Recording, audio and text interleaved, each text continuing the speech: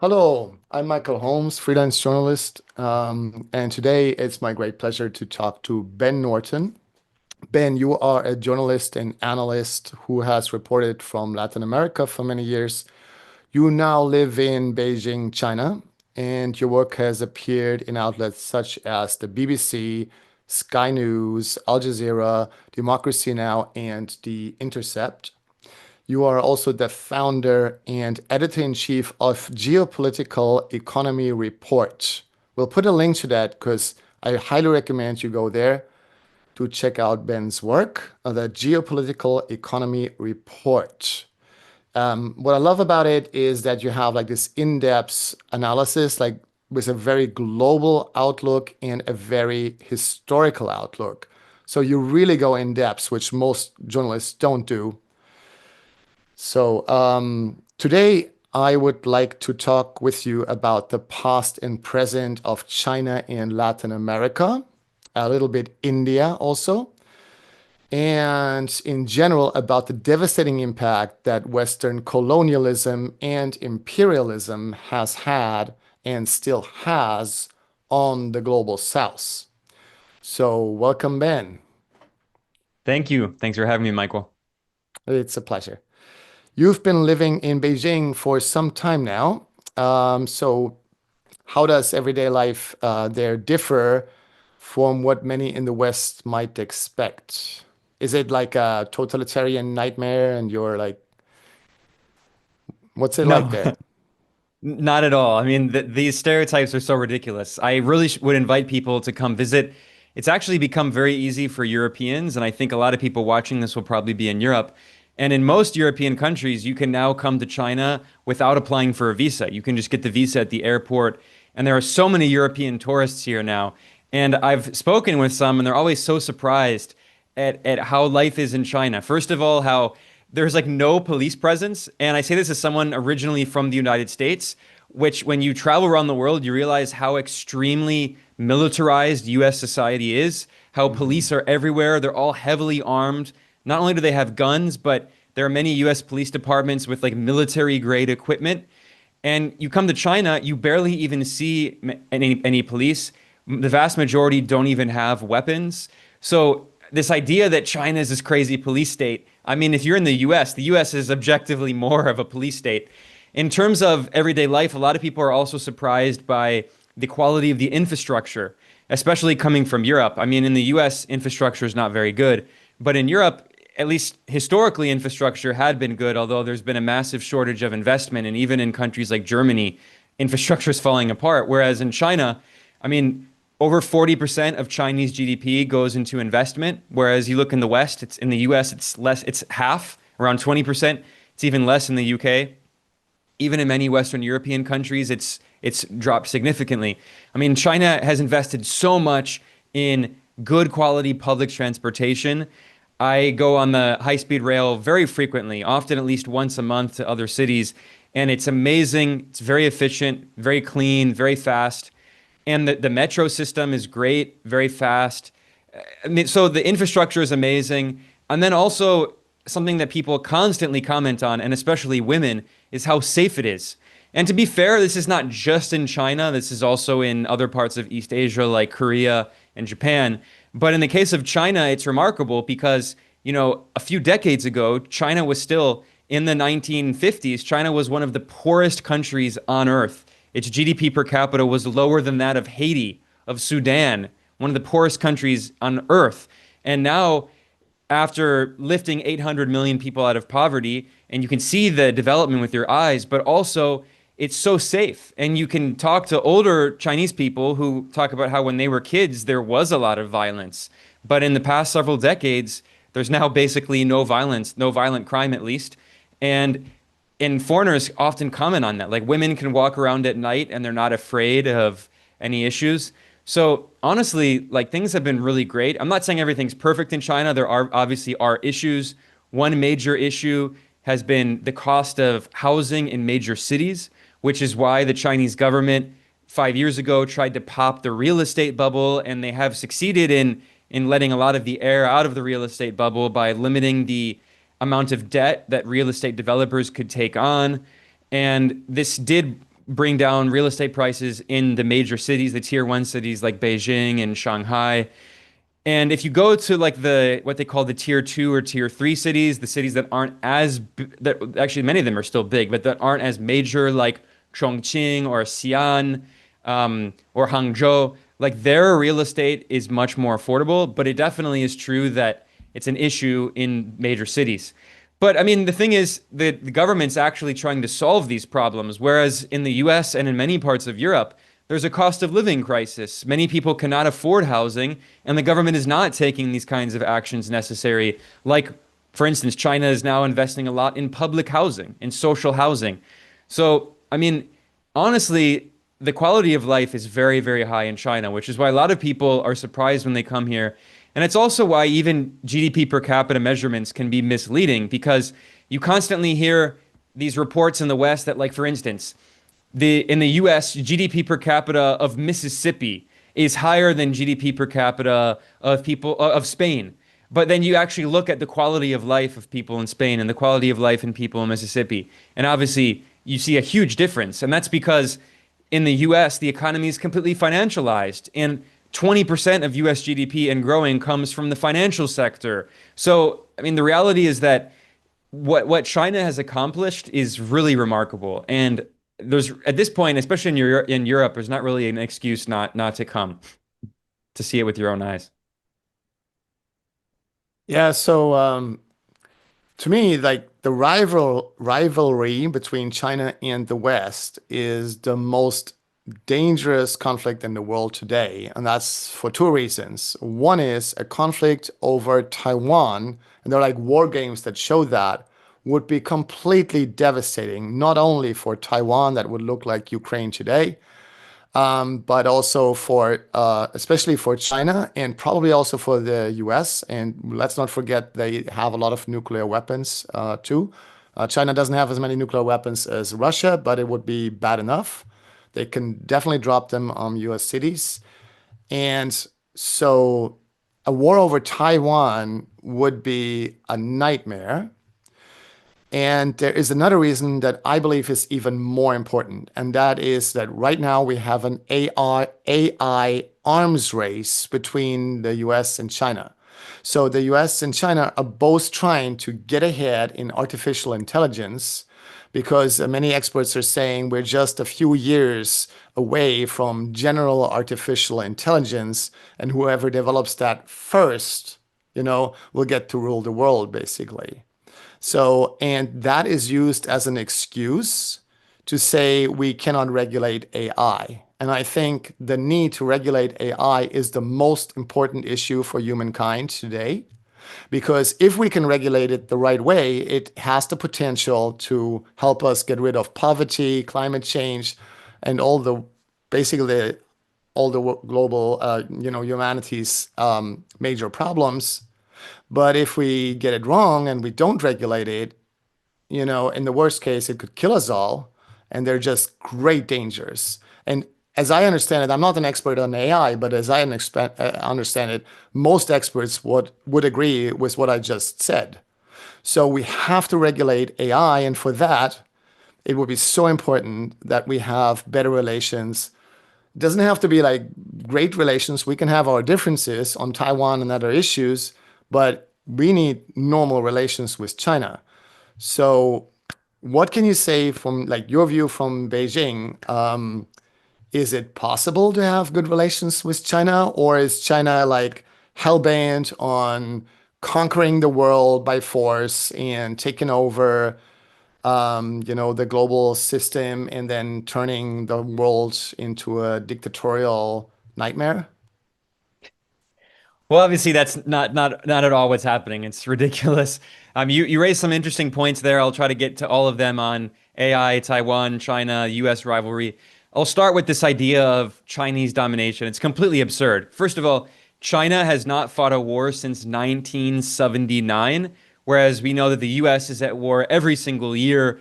Just in the past few decades, the US invaded Iraq twice, Afghanistan, Syria, Libya, Yemen. The US is constantly military interfering all around the world. So the US has around 800 foreign military bases, and Trump is now he's boasting that he's expanding the US military budget to $1 trillion per year. And already the most recent US military budget of $877 billion is larger than the next 10 largest military spenders in the world combined. So, I mean, there's just no comparison. In terms of China's foreign policy, a constant throughout the history of the People's Republic of China is opposition to hegemony. And it's not just rhetorical, it is deeply ideological, it is deeply felt by the Communist Party.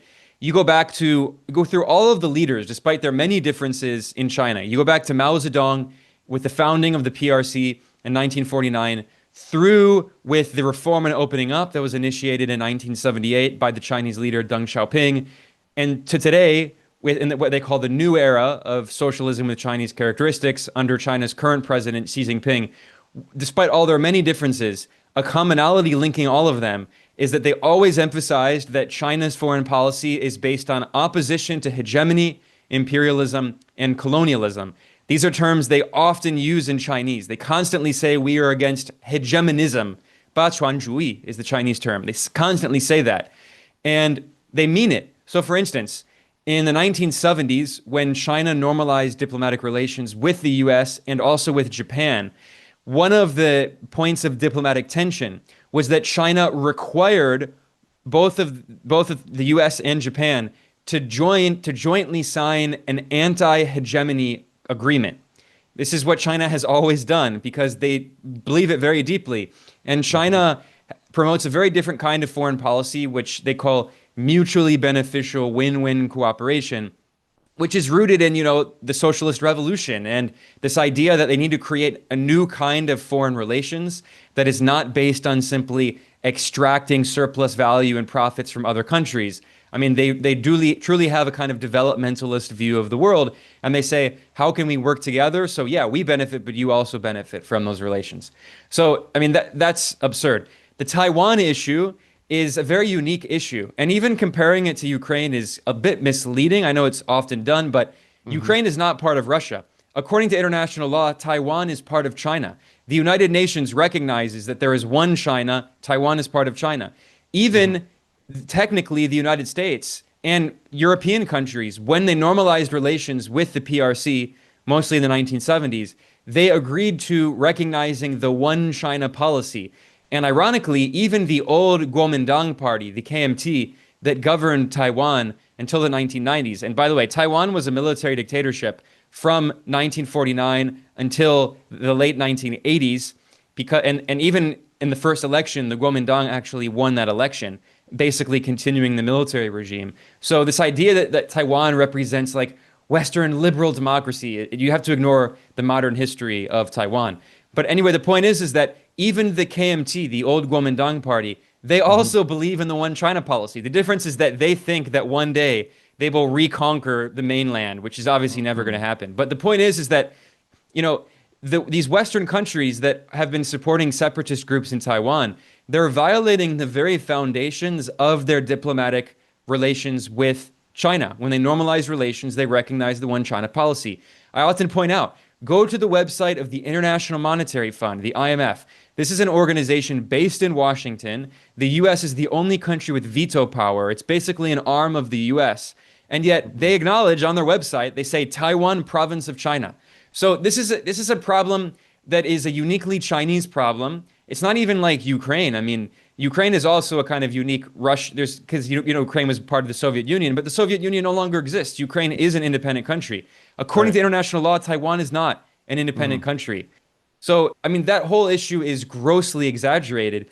And what's funny is that even French President Emmanuel Macron, who I'm certainly no fan of, I have many criticisms of the neoliberal banker, as Jean-Luc Mélenchon, whom I prefer. He's referred to Macron as the president of the rich. But despite the many problems with Macron, he did recognize that the Taiwan issue is a unique Chinese issue and that Europe should not get involved in that. By the way, Taiwan has been part of China for hundreds of years, for longer than the US has even existed as a country, and for longer than many European nation states have existed as like a centralized nation state, like the unification of Italy in the 19th century. Taiwan was part of China before the unification of Italy. So this idea, I mean, these Western countries trying to meddle in China's internal affairs, it represents these kinds of neo-colonial policies, and it's really projection because it's actually the US that invaded Iraq, invaded Afghanistan, attacked Syria, attacked Libya. China is not doing that. Anyway, okay. And then finally getting to your AI question, Mhm. which is very, very important. I agree with you strongly. We really need regulation of AI because this is very dangerous. And I have to say that there are only two major countries that are on the cutting edge of AI development, and that's the US and China. And by the way, of those two, there's only one of them that's actually regulating AI, and it's not the US. China actually has already been regulating AI in many different ways, requiring, for instance, that AI generated videos and photos have to be labeled as AI, and many other examples. The Chinese government is also taking some equity ownership in some companies that are developing AI to make sure that there's regulation. In the US, it's the wild, wild west because the US government, especially now, also under Biden, but especially now under Trump and his vice president, JD Vance, they take this completely laissez-faire approach where they want AI to develop as quickly as possible because they want to use AI to dominate the world. And JD Vance, the reason I mentioned him is because his background is in Silicon Valley. He worked at a venture capital fund Mhm. with Peter Thiel, the far right billionaire venture capitalist who openly says he wrote an article for the libertarian think tank, the Cato Institute, in which Peter Thiel said capitalism is more important than democracy. He's proud of that. By the way, Peter Thiel also published an op-ed in the Wall Street Journal in which he argued in defense of monopolies. He also said that capitalism is based on monopoly, proudly, saying that I don't support competition. I'm a proud capitalist and an oligarch and a billionaire, and I support monopolies. And he said, this is a famous quote, the title of the article, quote, Mhm. competition is for losers. That's so this is the worldview of Silicon Valley oligarchs. JD Vance comes from that world. That's his Mhm. background. And Peter Thiel funded JD Vance's senatorial campaign in 2022 when he won the senatorial race to become a senator from Ohio. And he got millions of dollars of donations from Peter Thiel. So if you listen to what these oligarchs in Silicon Valley are saying, they're open about this fact. They want to develop AI as quickly as possible to dominate the world. This was said, for instance, by the CEO of Anthropic, which is the second biggest AI company in the US after so-called open AI. Although in Mhm. reality, open AI is actually closed AI. China's AI company DeepSeek is really open AI because this Chinese company DeepSeek released open source AI models that anyone in the world can run natively on their computer, whereas Mhm. so-called OpenAI does not do open source technology. And by the way, OpenAI is 49% owned by Microsoft, one of the world's biggest monopolies. But the second biggest US AI company is Anthropic, and it calls itself a startup, but actually two of the main funders, the main investors in Anthropic are Amazon and Google, two of the biggest monopolies on earth. And the CEO of Anthropic, Dario Amodei, an American tech CEO. He admitted in an article that he wants to maintain a unipolar world dominated by the US. And he said that the US government must tighten the export restrictions it has on China to prevent China from getting access to the most cutting edge chips, semiconductors that it needs to train AI models. Because, as he put it, if the US can stay ahead in AI, it will be a unipolar world dominated by the US. Whereas if China can catch up to the US, it will be a multipolar world. And this Silicon Valley big tech CEO said, we want a unipolar world dominated Mhm. by the US, and they want a monopoly. Again, as his friend and colleague Peter Thiel admitted, that's the Silicon Valley business model is monopoly. Yeah, just a short comment on going back to Taiwan because I visited the torture chambers in Taiwan by the Kuomintang against dissidents on Taiwan, and I think people always forget that when the Kuomintang took over Taiwan when they lost the civil war against the communists in China, especially in the beginning, the reign was very brutal. and the population was suffering and was rebelling against Kuomintang rule. So, and back then, the Kuomintang was, of course, heavily supported by the United States and Britain. So what this means is actually that Taiwan has already been invaded by a Chinese occupation force with the help of the United States and Britain. And it was absolutely cruel. And there are museums in Taiwan today about that. Nevertheless, most Taiwanese today would love to just keep things the way they are. I mean, they don't want to be part of China, but they also don't want any war, of course. Well, Or, polls consistently show, I mean, you are right that the vast majority of people in Taiwan prefer the status quo. yeah. And the status quo is that, according to international law, Taiwan is part of China, but China allows Taiwan to have its own system. This in China is referred to as one country, two systems. So Hong Kong was a British colony until 1997. Within our lifetimes, it was a British colony. And still today, Hong Kong has its different capitalist system and political system. And there's no great firewall there. You can use Facebook and stuff without a VPN. And similarly, Macau was a Portuguese colony until 1999, nearly until the 21st century. And Macau also has its own system. So, I mean, this, in fact, if you look at polls, only around 7% of people in Taiwan said that they immediately want independence.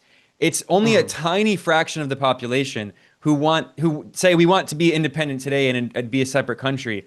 And yet they have the support of so much of the West and the Western media. Whereas, as you point out, the majority of people obviously don't want any significant changes and certainly don't want a war. And by the way, the position in the mainland is that over time, there will be peaceful, natural reunification as China continues to grow, as the mainland economy continues to grow. Obviously, Taiwan's largest trading partner is already the mainland, and that's going to continue more and more. There's more and more interchange as people go across, especially now, by the way, because, you know, during the first Cold War, as you talked about, when Taiwan was governed by the Kuomintang, Taiwan was much more developed, largely because a lot of the rich people from the mainland, with the victory of the revolution in 1949, they fled and they took all their capital with them and they went to Taiwan. And then they had all this support from the US, although they actually did have a very state-directed economy. It's not known, but until the 1980s, around like 1/3 of GDP of Taiwan consisted of state-owned enterprises. So even the Taiwanese developmental model was very state-directed. It wasn't socialist, but it was like the South Korean and Japanese model, which was not neoliberal. It was, you know, kind of like the German developmental model, which was very state-directed, you know, state capitalism. But anyway, the point I'm getting at is that in Taiwan, before, it was much more developed, but now the mainland is basically at the same level of development, at least the big cities in the mainland. So there are a lot of people from Taiwan, you know, for business or even just for leisure. They go across to the mainland and they go to cities like Shenzhen or Guangzhou, and they're blown away by the level of development and the quality of life. And by the way, how much cheaper things are, because if they go and spend a weekend in Guangzhou, they can go out shopping and buy a bunch of stuff for half the price because of the difference in the exchange rate, because the Taiwanese currency, the Taiwan dollar, is much more overvalued than the Chinese yuan. So, I mean, honestly, over time, if there's not this foreign meddling, there's no need for any kind of war or anything, because naturally Taiwan and the mainland are going to become more and more integrated. So if you talk to the vast majority of mainland Chinese professors, academics, intellectuals, and politicians, the vast majority of them say, of course we don't want a war. We have extended family members in Taiwan. We go to Taiwan regularly. Like, we don't want a war. It's actually the US that is the one that's constantly pushing the envelope and pushing for more tensions and conflict. And one other quick point. You mentioned the history of the first Cold War. I say the first because, unfortunately, we're now in Cold War II. But back in the first Cold War, Taiwan was storing US nuclear weapons, which is another key point that is not remembered. That the US had a major military base in Taiwan from the 1950s until the 1970s, when the US normalized relations with the PRC. And in that military base, the US had nuclear weapons aimed at the Chinese mainland, And during the second Taiwanese Strait crisis in 1958, the US came very close to dropping nuclear weapons on the Chinese mainland. This was revealed by the Right. Pentagon Papers whistleblower Daniel Ellsberg, who recently passed away, a great hero in the US. And he famously showed that in the second Taiwan Strait crisis in 1958, the Joint Chiefs of Staff, the heads of the US military, were pressuring US President Eisenhower to nuke China. But Eisenhower, all credit to him, I mean, there are many criticisms, but he took a step back and said, no, we're not going to drop nuclear bombs on them. And if they did that, they would have used Taiwan to do so. So from the perspective of mainland China, this is a very serious security problem. The US is already selling billions of dollars of weapons to Taiwan in violation of the third communique, which is the diplomatic agreement that the US signed with the PRC in 1982, in which the US pledged that over time it would stop selling weapons to Taiwan. Well, here we are. We're in 2025. They signed that in 1982. And not only are they selling more weapons to Taiwan, they're selling larger and larger quantities and more advanced weapons. So, there are already US troops in Taiwan, including there are US troops in the island Kinmen, or known in Chinese as Jinmen, which is just a few kilometers from the Chinese mainland. So it's really the US that is pushing the envelope and really escalating tensions. And it has the support of a small minority of largely pro-Western elites in Taiwan who don't represent the majority of the population. As you pointed out, the vast majority of the population simply wants the status quo. Right. And so you write a lot about the devastating impact of Western imperialism, and you've discussed studies by scientists on the impact of British rule on India and also on Western rule and Japanese rule on China. So I think that it's fair to say that the latest research suggests that what the British did to India was the largest mass killing in history. They killed more people probably even than all the total numbers of the Second World War combined, including all the Nazi crimes and so on. No, I'm not saying that the British were worse than the Nazis. The Nazis were in many ways the worst regime in human history. I say that also because I'm German, but Well, and I agree with you. all I right. also agree with you. But in total numbers, the British, I would say, even basically won this a horrible competition when it comes to the total numbers in India. Can you talk about that? And also, can you talk about the century of humiliation in China, which was sort of like a semi-colonialism with similar impacts, maybe not as bad as in India, but also pretty bad, I believe. Can you talk about the impact of Western colonialism on India and China, which were back then and still today the largest countries on the planet? Yeah, well, I mean, it's actually appropriate that we talk about colonialism and fascism together because I agree with the analysis done by some Global South scholars and intellectuals, especially. Give me one second. Uh, One second. I'm sorry. I just had a brain freeze. Um, Discourse. MSSR. Okay, we can cut that part. Sorry. I agree. I agree with the analysis of many Global South intellectuals, especially most famously MSSR, who famously said that fascism was the application of European colonialism internally.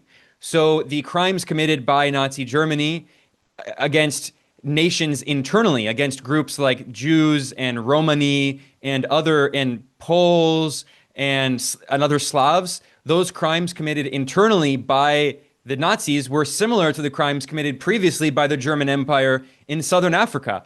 The German Empire also committed genocide in Southern Africa, just as the British committed genocide in India, just as the French committed genocide in Northern Africa. So, I mean, fascism has direct links to colonialism. And in fact, the Nazis were inspired by the US extermination of the Native Americans.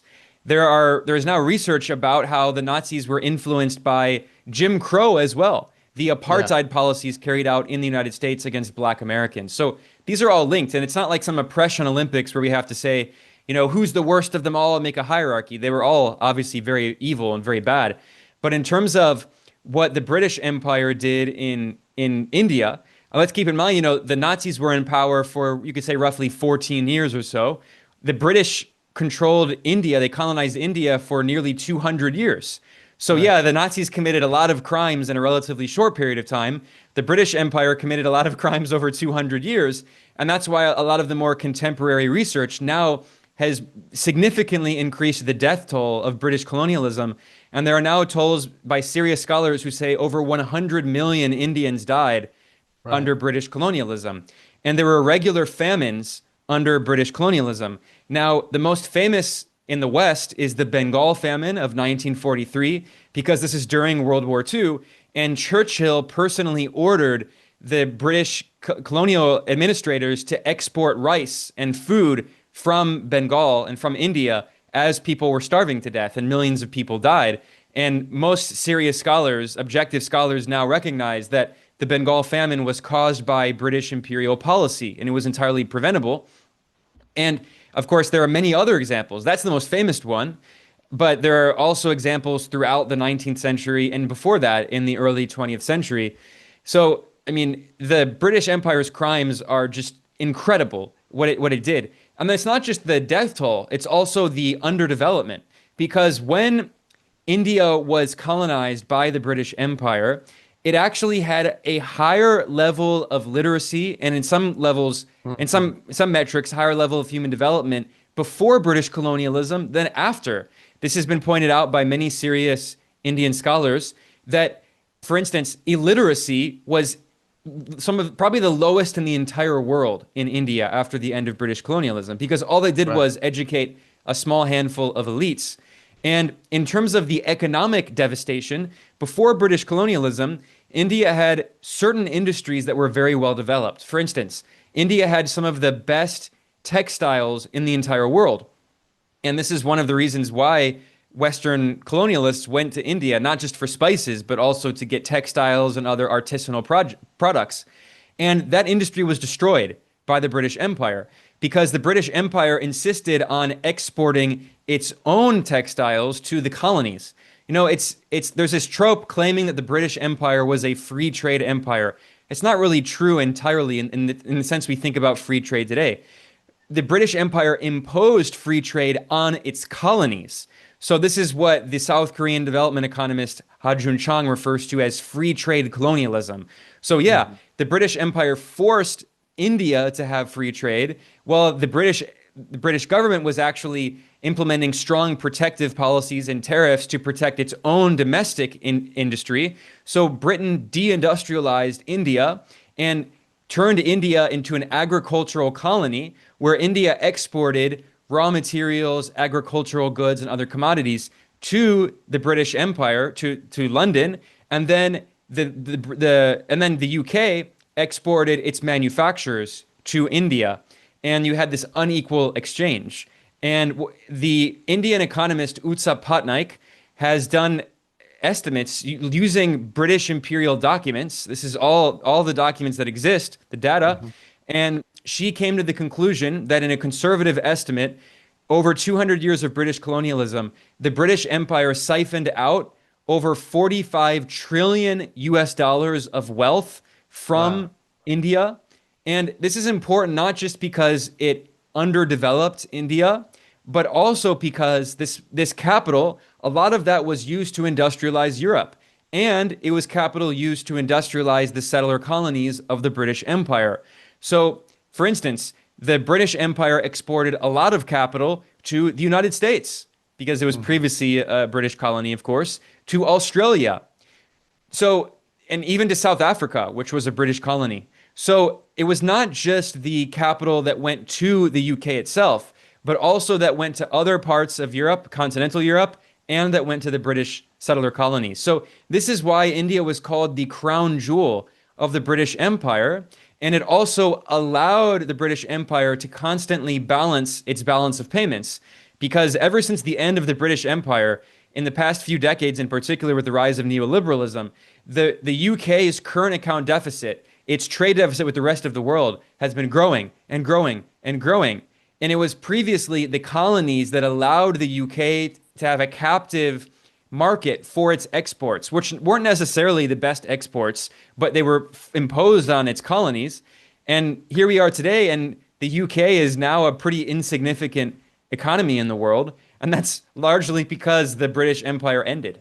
So, I mean, the consequences in India are still being felt today. I'm not saying that every single problem in India was caused by British colonialism, but you cannot understand a lot of the levels of underdevelopment and extreme poverty and the lack of infrastructure in a lot of India that exist.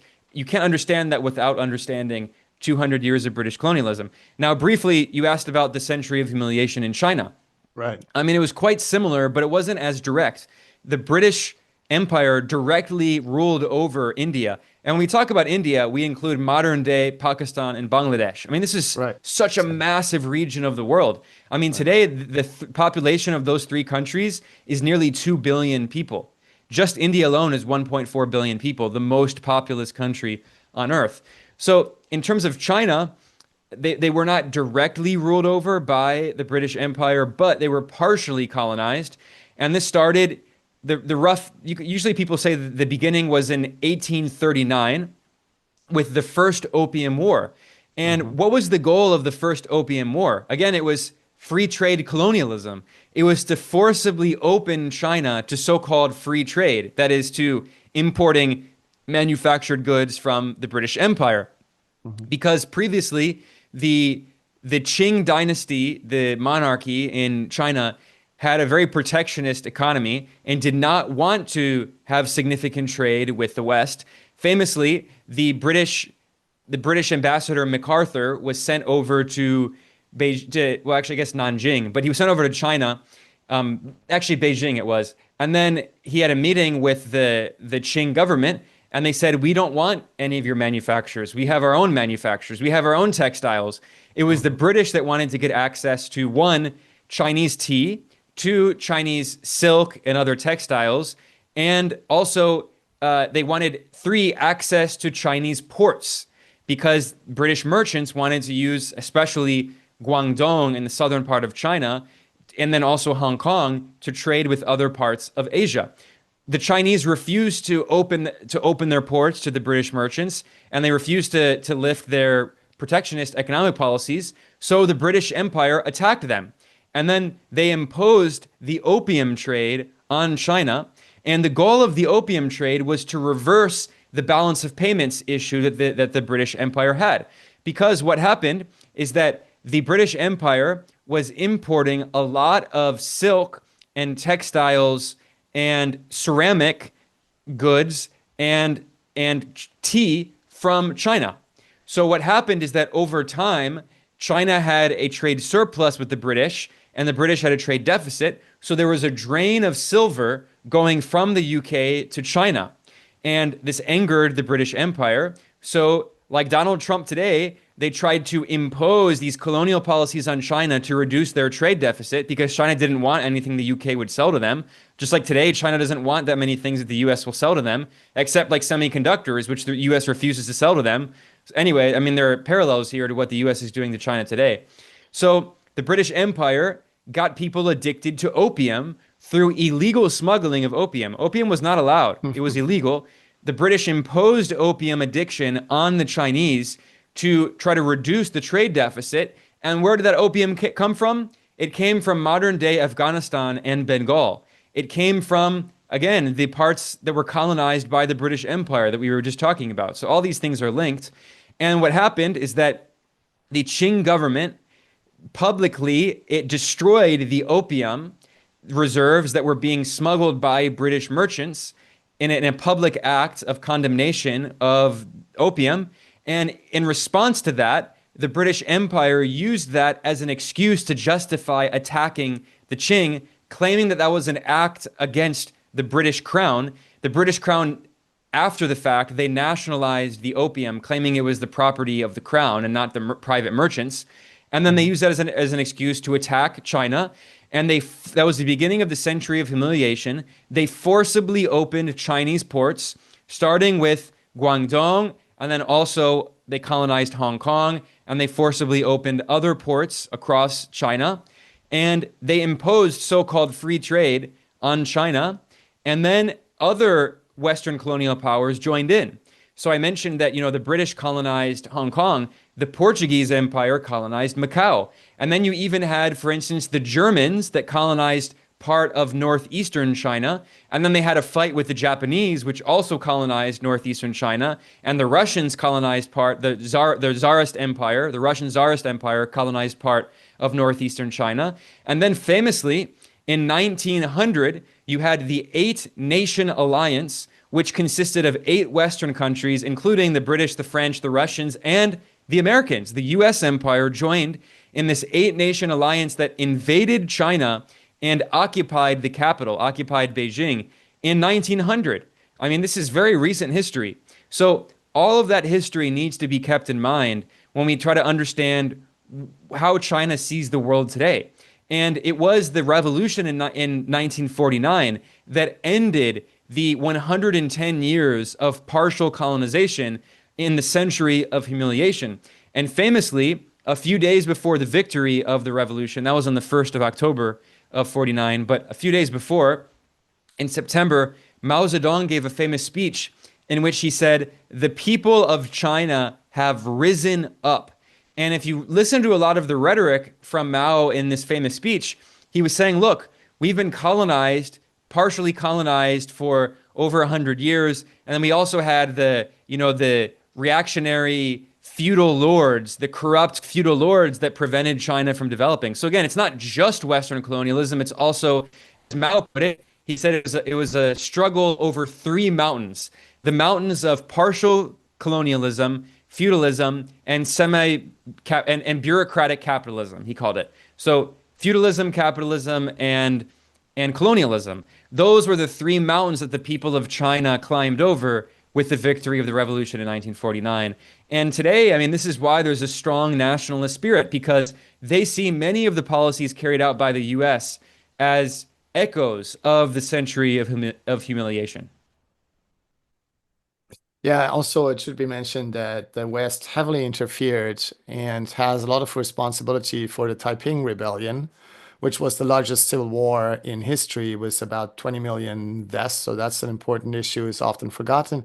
And also, like I don't think you mentioned the Boxer Rebellion, when the West and Japan took brutal revenge, basically, against this attempt to overthrow Western semi-colonial rule.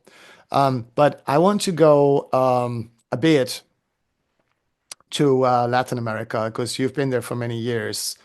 And most people in the West, even in the US, know by now that we've done some bad things to Latin America. But I would say they vastly underestimate what we've actually done. A good example was a talk by John Oliver, the comedian in the US. I have a lot of respect for him. I mostly like what he does, but on foreign policy is a bit too weak. Sometimes he's also okay here, but he talked about Latin America, and he said we supported dictatorships in Latin America, and then he gave like 4 examples. He said Chile, Argentina, Nicaragua, and I don't know, I forgot. It was like 4, and I remember thinking to myself, we didn't support dictatorships in 4 Latin American countries. We supported dictatorships in every Latin American country, and not just once. In most of them, we did it like all the time, and brutal terrorist groups and so on. So I think it's a vast underestimate if you just think of like Chile, 1973, and so on. Can you give us like a quick walk through what the US has done to Latin America? It's hard to do, Well, but we could easily, maybe you can give it a shot. yeah, we could easily spend another hour talking about that. But I Yeah. know I keep saying I'll respond with a short answer, and it's always long. But let's try this relatively briefly here. Okay, so I think to start, we should keep in mind that we think of the United States today when we look at it on a map And we think of the US as going from the Atlantic to the Pacific as this neat contiguous country. Of course, that excludes Hawaii, which is officially a US state, which didn't become a US state until the 1950s. I mean, so it's a legacy of colonialism. I mean, it was colonized by the US. And of course, Puerto Rico is a US colony. It's not officially a state. Guam is a US colony. American Samoa is a US colony. But what we forget is that a lot of the US expansion was also southward. And many US states in the South were part of Mexico until 1848. In 1846, the US invaded Mexico in a war of aggression and then colonized the northern part of Mexico, including all the states in the US that have Spanish names: California, Texas, Nevada. I mean, why is it called New Mexico? I wonder. Because it was part of Mexico until 1848. So when we talk about US imperialism in Latin America, it's important to keep in mind that, I mean, it was part of a process of continued southern expansion.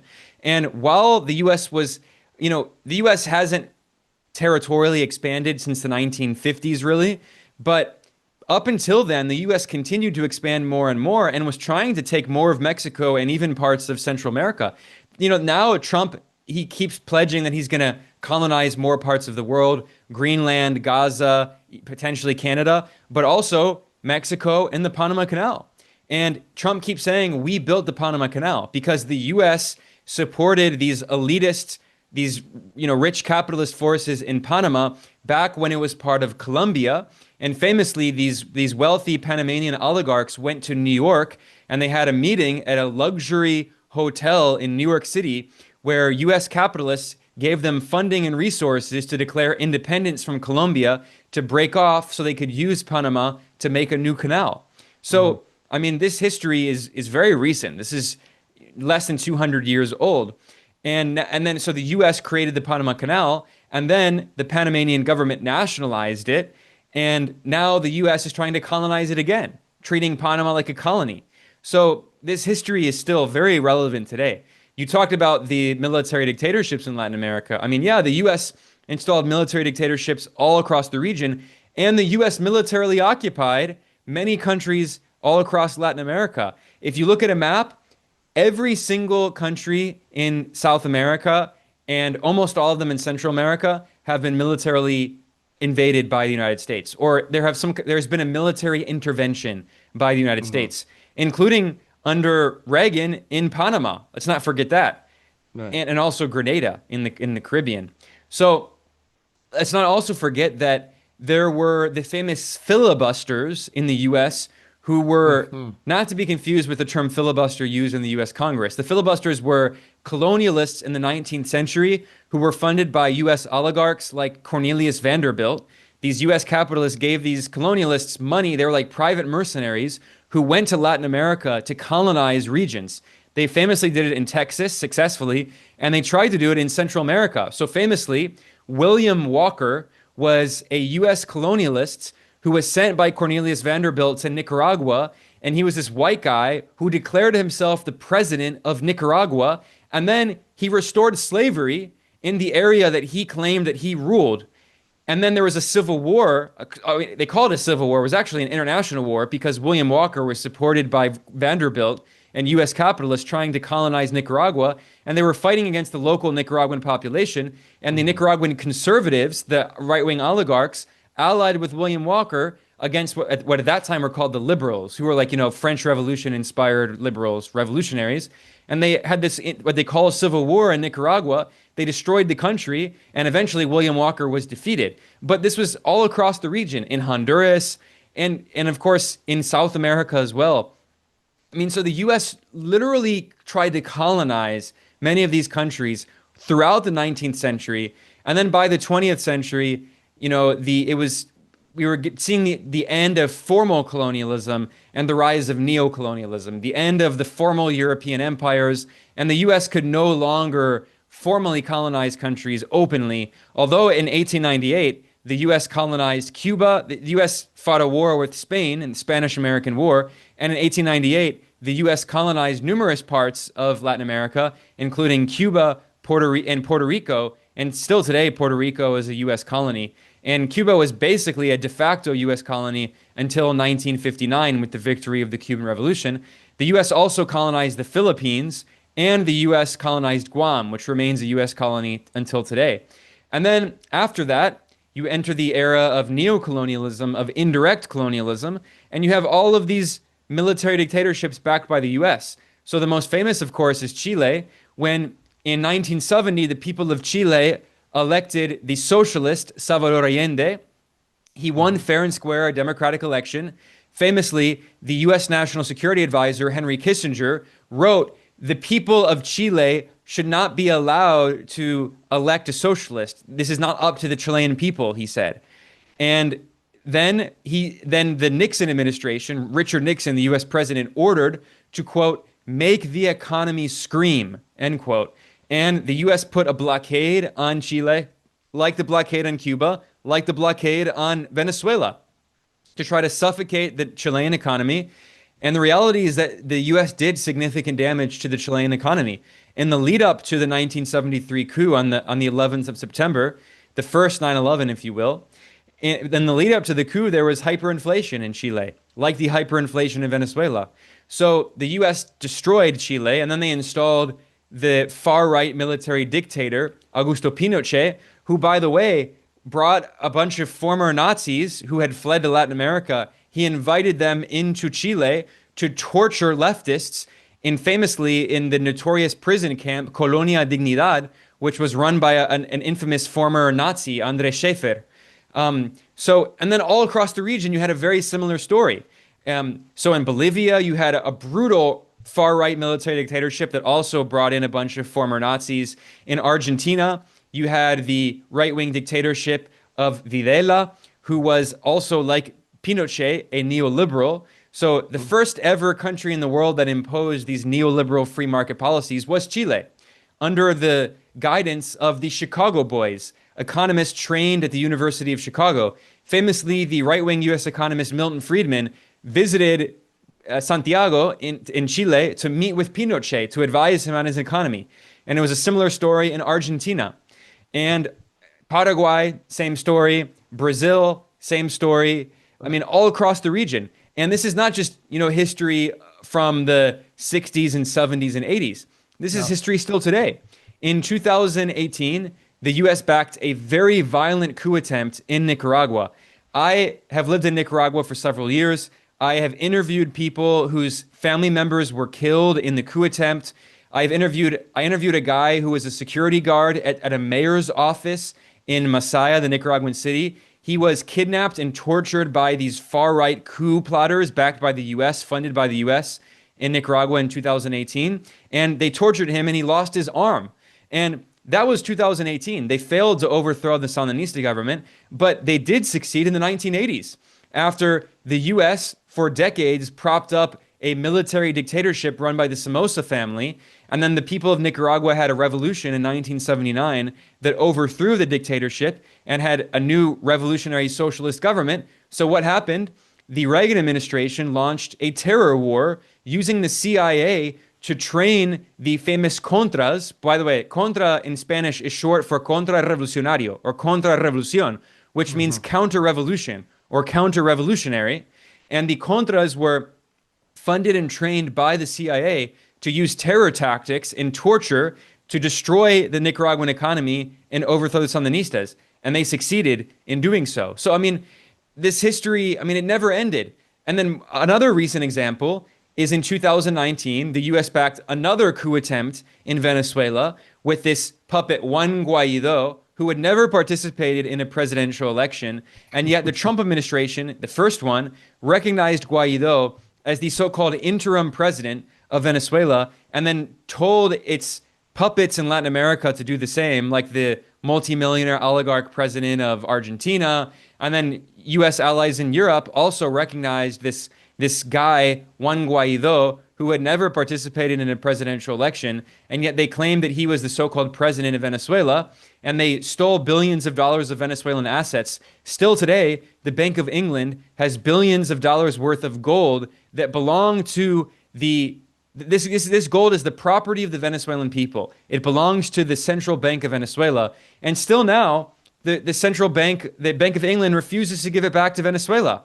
And many other European banks have frozen these bank accounts and refused to give the money back. And then finally, I'll mention one other example here. The same year in 2019, the US backed a successful coup. The coup attempt failed in Nicaragua and Venezuela, but it succeeded in Bolivia. Bolivia had a democratically elected socialist president, Evo Morales, who was the first ever indigenous leader of a country, Bolivia, where the majority of the population is of indigenous descent. And Evo Morales won the election, and yet the US-dominated Organization of American States, the OAS, spread completely false claims of fraud, which were later completely debunked by professors at MIT.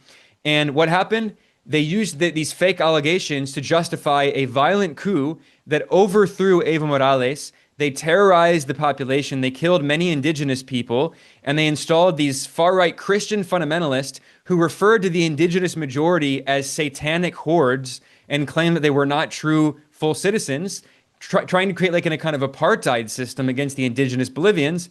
And then what happened is the regime was so unpopular, its economic policies, its neoliberal privatization policies were so disastrous, it was so corrupt that there was extreme inflation, mass unemployment. This was also during the pandemic. The country was collapsing, so they had an election, and they tried to steal the election, but they were so unpopular that the left wing won in a massive landslide, and the coup government was overthrown in Bolivia. I mean, so this history, it's not just history, it's an ongoing problem, which is why across Latin America, you see so many people say that, I mean, yeah, obviously there are issues in Latin America. I'm not saying it's all because of imperialism. There's corruption, there's, violence, but a lot of people say that, like, even when we have a good government, when we have a government that deals with corruption and violence and fights against drug cartels, the US government organizes a coup against us. So we can never actually deal with these systemic problems, which is why it's very common to hear this famous joke in Latin America. They say, why has there never been a coup in Washington? It's because there's no US embassy in Washington. Yeah. Yeah, that's a dark joke. In fact, I think the four largest mass killings in Latin America for the last like 100 years or so were in Guatemala, the genocide, and in Colombia, if you take the civil wars. In both cases, the US supported the fascist dictatorships who were responsible for most of the killings, around 90% or so. And then there was Argentina with 30,000 deaths would be number three, or probably number four, because there was also El Salvador with up to 70,000 deaths, where the US, and in both cases, Argentina and El Salvador, the US also supported the fascist dictatorships. So this is also an example how much they respond. And the worst dictatorships in Latin America were probably in Haiti, in the Caribbean, with Papa Doc and Baby Doc. They were so brutal, and they were both supported by the United States, like much worse than Fidel Castro's Cuba. And I don't want to deny that there was, like repression there too. Yeah.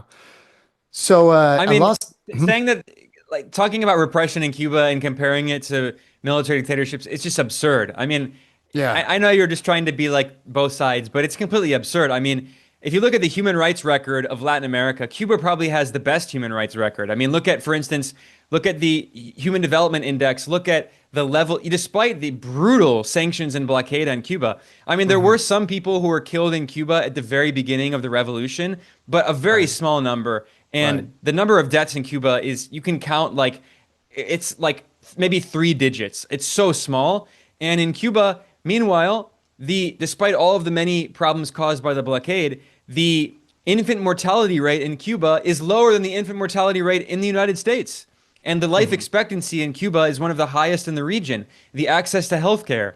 So, I mean, these people who talk about the supposedly bad human rights record of Cuba, I mean, compare that to like Mexico. I mean, I love Mexico, and the current Mexican government's great, and they're doing everything they can to try to solve these very deep systemic problems. But literally, over 100,000 people have died in Mexico because of the drug war.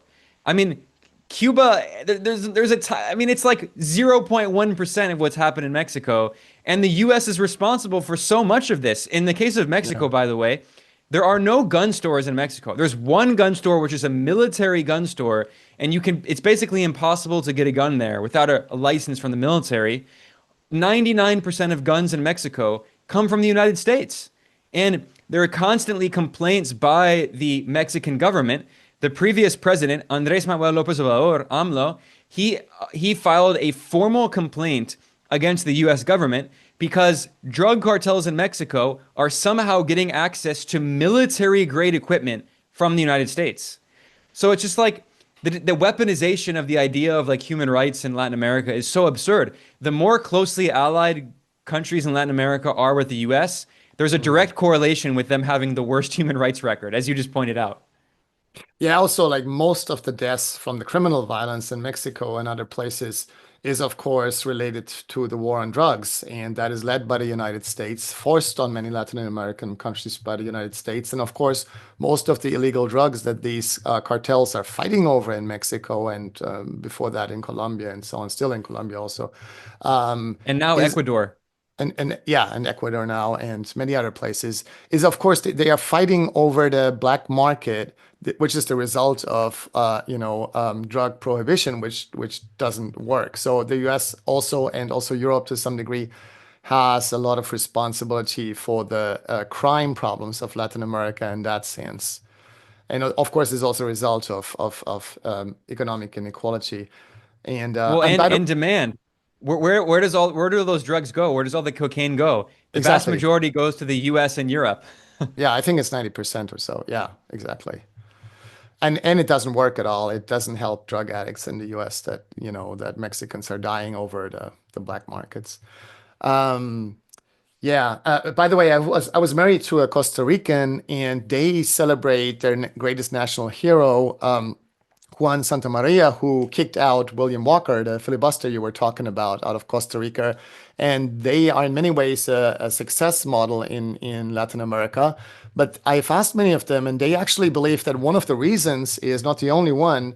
One of the reasons is because the U.S. for some reason largely left them alone. They never like occupied them fully and so on. They also intervened in Costa Rica, but much less so. And they believe that's one of the reasons why they're doing pretty okay. I always found that funny. Um, so do you have time for one more question? Of course, yeah, let's do it. All right. So, so we talked about the historical impact on Western imperialism on China, India, and Latin America. We don't have the time to talk about Africa and the Middle East, but I think many people today are shocked about what the West is doing to Gaza, but I think people like you are less surprised because the history of the last 200 years are just full of the global South experience exactly what Gaza is experiencing now. Sometimes it was as bad, sometimes not quite that, but still bad enough. And I think we could go through pretty much every country in the global South and give a history like that is not so, that at least would remind you of what's happening to Palestine. So I always I find it so absurd that politicians and pundits in the West still tell us this fairy tale of the good democracies fighting the bad dictatorships. And now I still believe that democracy, especially like liberal democracy, is the best system there is. Not always and not in every case, but in general. And so I'm in favor of democracy, but democracy since the British Empire, the French Empire, and up to today has done a lot of terrible things all around the world, and including in the both world wars and so on. So how do people still believe this? And what's your take on this? Democracies versus dictatorships? Yeah, well, again, we were just talking about how the Western so-called democracies have been allied with many of the worst dictatorships and have propped them up and put them in power. So, I mean, it's completely hypocritical. I mean, many times what is called a democracy simply means a Western ally. So, as an example, we were talking about the Kuomintang in Taiwan. Today, Taiwan is portrayed in the Western media as like this great liberal democracy, but for the vast majority of the modern history of Taiwan since the revolution in 1949, when the Kuomintang fled to Taiwan, For the vast majority of that history, it was a military dictatorship, a one-party state. Similarly, South Korea is portrayed as this great model of liberal democracy. South Right. Korea was also a military dictatorship until the late 1980s. And the same story is basically true of Japan today. Japan has been a one-party state with almost no exception since 1955. This is called the 1955 system. There were like 3 years of exception, but without excluding that, Japan has been a one-party state ruled by the so-called Liberal Democratic Party, the LDP, which is also hilariously named. So, I mean, the idea that like China is uniquely a one-party state. No, I mean, Japan is a one-party state. South Korea was mostly a one-party state. And by the way, South Korea's last president just attempted, Yoon Suk-yeol, he just attempted a military coup. And he did fail, fortunately. But, I mean, this idea that they're going to stay liberal democracies is actually, I think, a pretty naive idea. South Korea has only been a liberal democracy for like 40 years, and there's a very real possibility it could go back to being a military dictatorship. The same thing for other parts of the world that now are supposedly liberal democracies. Look at the Philippines. The Philippines during the First Cold War was a loyal U.S. ally, and it was a military dictatorship ruled by Ferdinand Marcos Sr., who is the democratically elected president of the Philippines today. Ferdinand Marcos Jr., the son of the former military dictator. And by the way, his family is not only notorious for being brutal and torturing and killing dissidents, but also stealing billions of dollars. Everyone knows the Marcos family is corrupt, and yet they were supported by many of the rich oligarchs in the Philippines who control the media, and they had all this propaganda and social media, and they won the election. So, I mean, even calling a lot of these countries liberal democracies, even calling the U.S. a democracy. I mean, the U.S. is not a democracy. Look, for instance, at the U.S. Congress. Over 80% of candidates running for Senate and over 90% of candidates running for the House of Representatives who have more funding win the election. That's not a democracy. That's a plutocracy. The U.S. Supreme Court ruled that there's no limit on the amount of money that big corporations and billionaires and large donors can give to fund the campaigns of politicians. There's no limit. They say that corporations are people too. This is the famous Citizens United ruling. So it's actually money that buys politicians in the US, not to mention lobbying. I mean, what we call lobbying in the US is illegal in many countries. It's known as corruption. Companies and groups and billionaires giving politicians money to pass laws on their behalf, in many cases, literally writing the law. There are many right-wing think tanks in the US that go around and they write laws that get passed by local congresses, by these politicians who are bought and sold. I mean, this is not a democracy. This is a plutocracy. This is an oligarchy. So even the idea of like democracy, like obviously I support the idea of democracy, absolutely. But I also think that there are not that many actual democracies in the world, certainly not the US. So I think that there are many countries in the global south that have been trying to pursue democracy, different models of democracy. And as Noam Chomsky famously said, the US has always been the ardent opponent of democracy around the world. We were just talking about this in Latin America. Anytime there's a popular progressive leader who tries to take on the oligarchy and take on corruption and fight organized crime, they get overthrown in a coup. They get assassinated. I mean, there are so many instances of this. So I don't think it actually is very useful to think about the world in terms of democracy versus authoritarianism, because most so-called democracies in scare quotes are really actually oligarchies. I mean, even in Europe, there is more democracy than there is in the US, but still, I mean, look at Europe. Macron is a millionaire banker. He's the president of the rich. In Italy, you had Mario Draghi, who is a former banker. In right now, you look all across the region, there are more and more candidates who represent these elite oligarch interests. In also, for instance, look at Germany's new chancellor, Friedrich Merz. He was the chair of the German arm of BlackRock. BlackRock is the world's largest asset manager. This is a massive U.S. corporation, financial firm on Wall Street. And now he's the leader of Germany. And look, for instance, in Canada, the new Prime Minister of Canada, Mark Carney, you know, he portrays himself as standing up against Trump, which, I mean, I guess that's good. But at the same time, who is Mark Carney? He's a complete neoliberal. He worked for Goldman Sachs, the U.S. investment bank, and then he was the chair of both the Central Bank of Canada and the Bank of England.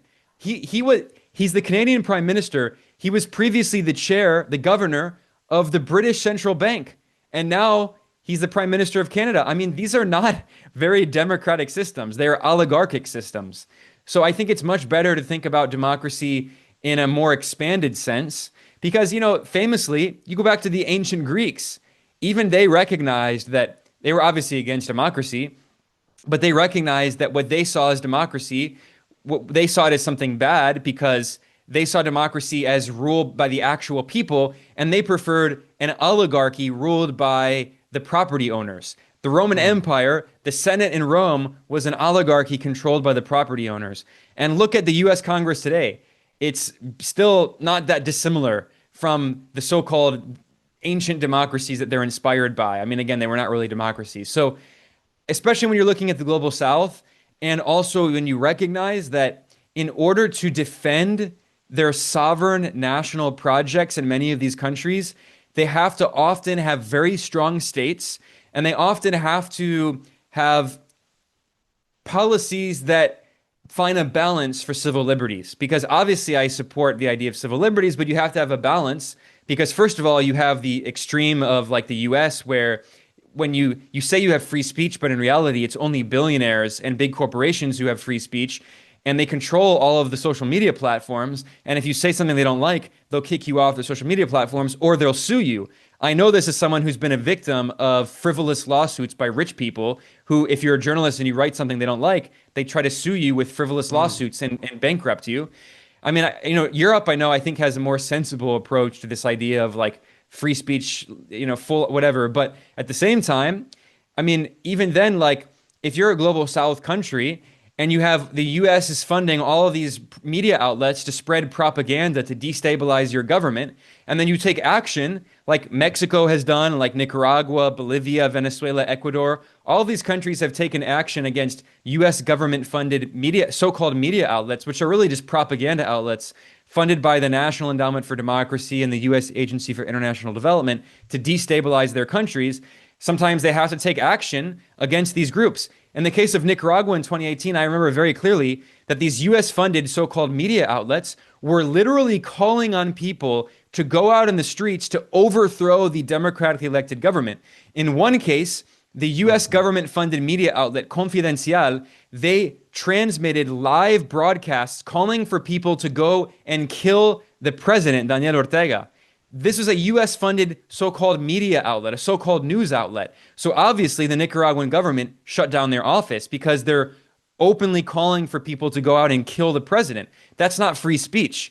So I think when we talk about like civil liberties in a lot of global South countries, you have to keep in mind that they have to balance the protection of their sovereignty. These are very small countries, and it's very easy. They're very countries that often do not have many resources, and their GDPs are like smaller than just like the market capitalization of, or just the revenue made by like one big tech company. So it's difficult for them they have to have a balance of civil liberties, of popular democracy, and of their own security. And we're used to the U.S. government abusing the idea of national security to justify mass surveillance and all of this. But I mean, in reality, national security is a big problem for a lot of these countries. One final thought, I was talking about plutocracy and the lack of democracy in the U.S., but there's also the fact about the U.S. is probably one of the most authoritarian police states in the world. I mean, people say, there are elections. So in which you choose between two candidates funded by billionaires. So that's supposedly democracy. They think election means democracy. But I mean, look, for instance, what's going on right now in Los Angeles. The brutal repression of protesters. Trump is sending the military to Los Angeles. But it's not just that. I mean, even under Democrats, under Obama, the mass repression of protests. I remember I was at Occupy Wall Street, the brutal repression of peaceful protesters. I mean, U.S. police are so violent. They're so heavily armed and militarized. We think that democracy only means elections, but look at how the U.S. government, the state, treats its people. Black Americans are brutalized by cops. over 1,000 Americans are killed every year by police, and yet we say the U.S. is a democracy. Yeah, but what is a bit separate issues is one is like how democratic are the democratic countries actually, and I agree with what you said here. But we should also remember, even if a country is very democratic, imperialism never is. It's always dictatorial. If you take, for example, the British Empire in the 19th century, I do believe Britain was one of the most democratic countries, especially in the second half of the 19th century around the world, maybe even the number one. But the British Empire was not democratic anywhere. It was a complete dictatorship, often very brutal, very cruel, and completely, you know, um, in serving the British interests and not the interests of the population. So completely undemocratic. And then we should remember that I think there were around 9 times as many people living under British colonial rule than there were British citizens. So it's a much more important issue in that sense. So the funny thing is that Britain in the 19th century, one of the most democratic countries, but around a quarter of the world's population or so or more living under brutal British dictatorial rule. I mean, no wonder this is confusing to many people and even historians, but we should keep that in mind. Yeah, I agree with you 100%. And I'll just add a quick thought here on European social democracy. This has always been the problem with social democracy, right? It's like we all love the idea of social democracy, but when it Right. coexists with imperialism, you only have social democracy for the core, and then you have imperialism for the periphery. So, for Hmm. instance, in the 50s, 60s, and 70s, in Western Europe, a lot of people had, very high qualities of life, guaranteed employment, strong welfare states. And, this was the golden era, right? I mean, in many ways, the quality of life for a lot of people in Europe has been falling since the 80s with the rise of neoliberalism, or maybe since the 90s at least. But at the same time, we should keep in mind that there were good things about this era of social democracy in Europe. And it's not a coincidence, it had the highest growth rates. And now, the European economies have been either stagnant or even in recession. But let's not forget that at the same time of the golden era of social democracy in Europe, you still had brutal empires. You still had the French Empire in Algeria. You still had remnants of the British Empire. I mean, and this was the era of decolonization.